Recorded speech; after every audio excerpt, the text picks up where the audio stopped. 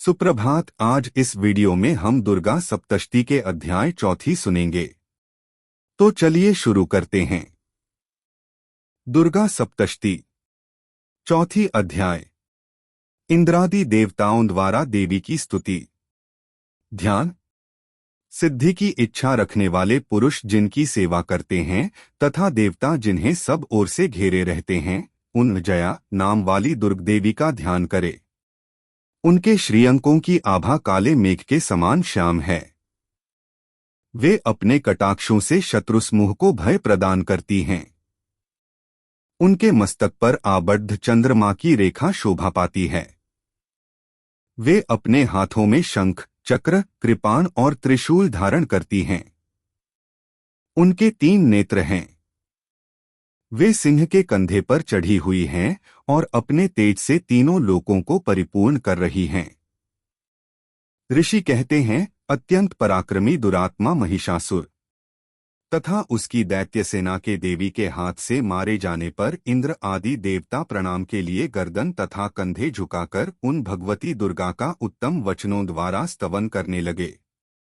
उस समय उनके सुंदर अंगों में अत्यंत हर्षक कारण रोमान हो आया था। देवता बोले, संपूर्ण देवताओं की शक्ति का समुदाय ही जिनका स्वरूप है तथा जिन देवी ने अपनी शक्ति से संपूर्ण जगत को व्याप्त कर रखा है, समस्त देवताओं और महर्षियों की पूजनिया उन जगदम्बा को हम भक्तिपूर्वक नमस्कार करते हैं। वे हम लोगों का कल्याण करें जिनके अनुपम प्रभाव और बल का वर्णन करने में भगवान शेषनाग, ब्रह्मा जी तथा महादेव जी भी समर्थ नहीं हैं। वे भगवती चंडिका संपूर्ण जगत का पालन एवं अशुभ भय का नाश करने का विचार करें, जो पुण्यात्माओं के घरों में स्वयं ही लक्ष्मी रूप से, पापियों के यहाँ दरिद्रता रूप से, शुद्ध अंतःकरण वाले पुरुषों के हृदय में बुद्धि रूप से, सत्पुरुषों में श्रद्धा रूप से तथा कुलीन मनुष्य में लज्जा रूप से निवास करती हैं। उन आप भगवती दुर्गा को हम नमस्कार करते हैं।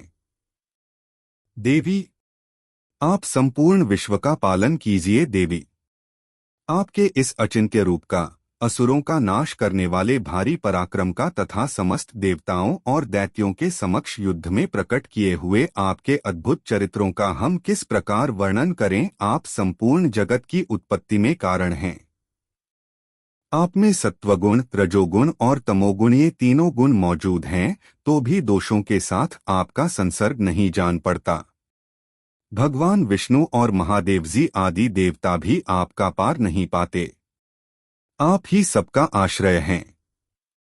यह समस्त जगत आपका अंशभूत है, क्योंकि आप सबकी आदिभूत अव्याकृता परा प्रकृति हैं। देवी, संपूर्ण यज्ञों में जिसके उच्चारण से सब देवता तृप्ति लाभ करते हैं, वह स्वाहा आप ही हैं। इसके अतिरिक्त आप पितरों की भी तृप्ति का कारण हैं, अतएव सब लोग आपको स्वधा भी कहते हैं। देवी, जो मोक्ष की प्राप्ति का साधन है, अचिंत्य महाव्रत स्वरूपा है, समस्त दोषों से रहित, जितेंद्रिय, तत्व को ही सार वस्तु मानने वाले तथा मोक्ष की अभिलाषा रखने वाले मुनिजन जिसका अभ्यास करते हैं, वह भगवती पराविद्या आप ही हैं। आप शब्द स्वरूपा हैं। अत्यंत निर्मल ऋग्वेद, यजुर्वेद तथा उद्गीत के मनोहर पदों के पाठ से युक्त सामवेद का भी आधार आप ही हैं। आप देवी, त्रयी, तीनों वेद और भगवती छहों ऐश्वर्यों से युक्त हैं। इस विश्व की उत्पत्ति एवं पालन के लिए आप ही वार्ता, खेती एवं आजीविका के रूप में प्रकट हुई हैं। आप संपूर्ण जगत की घोर पीड़ा का नाश करने वाली हैं। देवी, जिससे समस्त शास्त्रों के सार का ज्ञान होता है, वह मेधा शक्ति आप ही हैं। दुर्गन भवसागर से पार उतारने वाली नौकारूप दुग्धिवी भी आप ही हैं। आपकी कहीं भी आसक्ति नहीं है।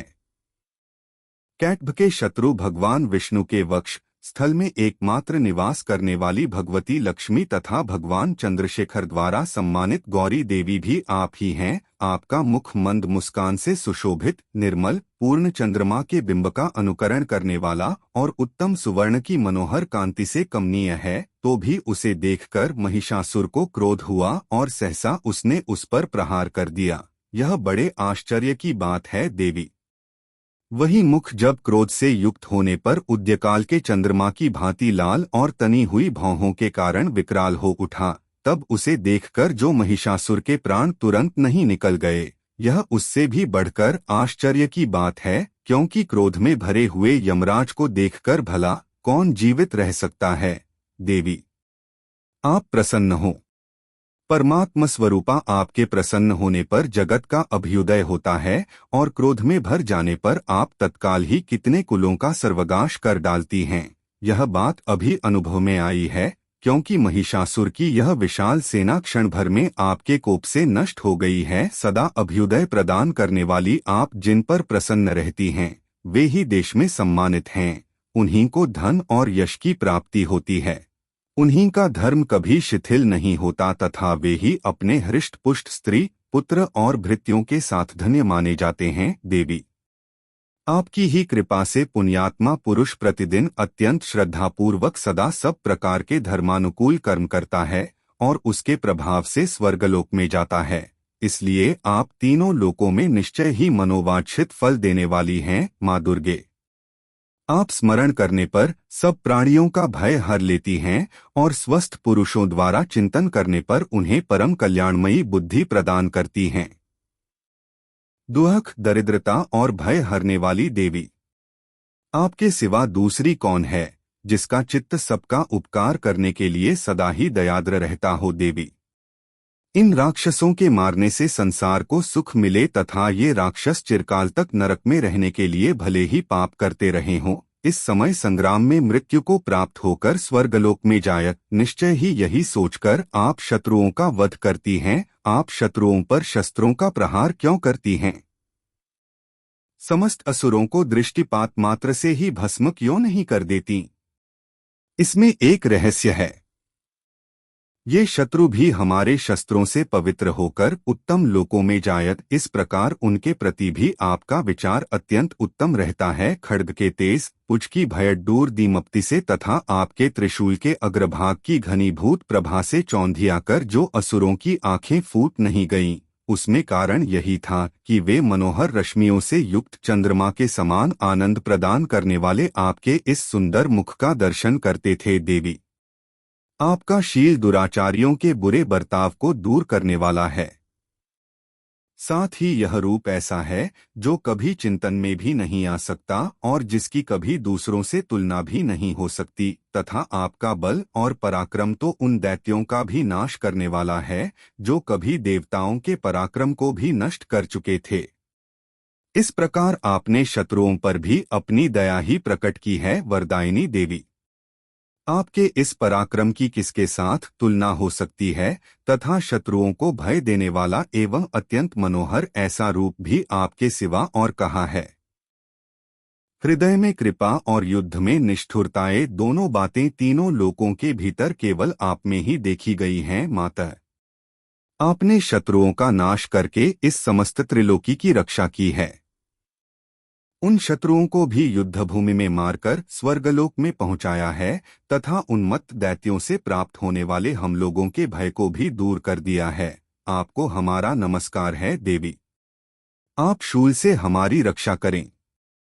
अंबिके, आप खड्ग से भी हमारी रक्षा करें तथा घंटा की ध्वनि और धनुष की टंकार से भी हम लोगों की रक्षा करें। चंडिके, पूर्व पश्चिम और दक्षिण दिशा में आप हमारी रक्षा करें तथा ईश्वरी, अपने त्रिशूल को घुमाकर आप उत्तर दिशा में भी हमारी रक्षा करें। तीनों लोकों में आपके जो परम सुंदर एवं अत्यंत भयडूर रूप विचरते रहते हैं, उनके द्वारा भी आप हमारी तथा इस भूलोक की रक्षा करें। अंबिके, आपके करपल्वों में शोभा पाने वाले खड्ग, शूल और गदा आदि जो अस्त्र हों, उन सब के द्वारा आप सब ओर से हम लोगों की रक्षा करें। ऋषि कहते हैं, इस प्रकार जब देवताओं ने जगन्माता दुर्गा की स्तुति की और नंदनवन के दिव्य पुष्पों एवं गंधचंदन आदि के द्वारा उनका पूजन किया, फिर सबने मिलकर जब भक्तिपूर्वक दिव्य धूपों की सुगंध निवेदन की, तब देवी ने प्रसन्नंदन होकर प्रणाम करते हुए सब देवताओं से कहा। देवी बोली, देवताओं,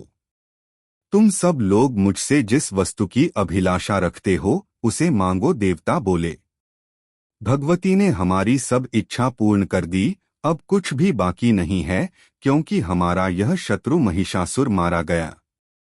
महेश्वरी, इतने पर भी यदि आप हमें और वर देना चाहती हैं, तो हम जब जब आपका स्मरण करें, तब तब आप दर्शन देकर हम लोगों के महान संकट दूर कर दिया करें तथा प्रसन्नमुखी अंबिके। जो मनुष्य इन स्तोत्रों द्वारा आपकी स्तुति करे, उसे वित्त, समृद्धि और वैभव देने के साथ ही उसकी धन और स्त्री आदि संपत्ति को भी बढ़ाने के लिए आप सदा हम पर प्रसन्न रहें। ऋषि कहते हैं, राजन, देवताओं ने जब अपने तथा जगत के कल्याण के लिए भद्रकाली देवी को इस प्रकार प्रसन्न किया, तब वे तथास्तु कहकर वहीं अंतर्धान हो गई। भूपाल, इस प्रकार पूर्व काल में तीनों लोकों का हित चाहने वाली देवी जिस प्रकार देवताओं के शरीरों से प्रकट हुई थीं, वह सब कथा मैंने कह सुनाई। अब पुनः देवताओं का उपकार करने वाली वे देवी दुष्ट दैत्यों तथा शुंभ का वध करने एवं सब लोकों की रक्षा करने के लिए गौरी देवी के शरीर से जिस प्रकार प्रकट हुई थीं, वह सब प्रसड़ मेरे मुँह से सुनो। मैं उसका तुमसे यथावत वर्णन करता हूँ। इस प्रकार श्री मार्कंडेय पुराण में सावर्णिक मनवंतर की कथा के अंतर्गत देविया हाथ में शक्रादिस्वती नामक चौथा अध्याय पूरा हुआ।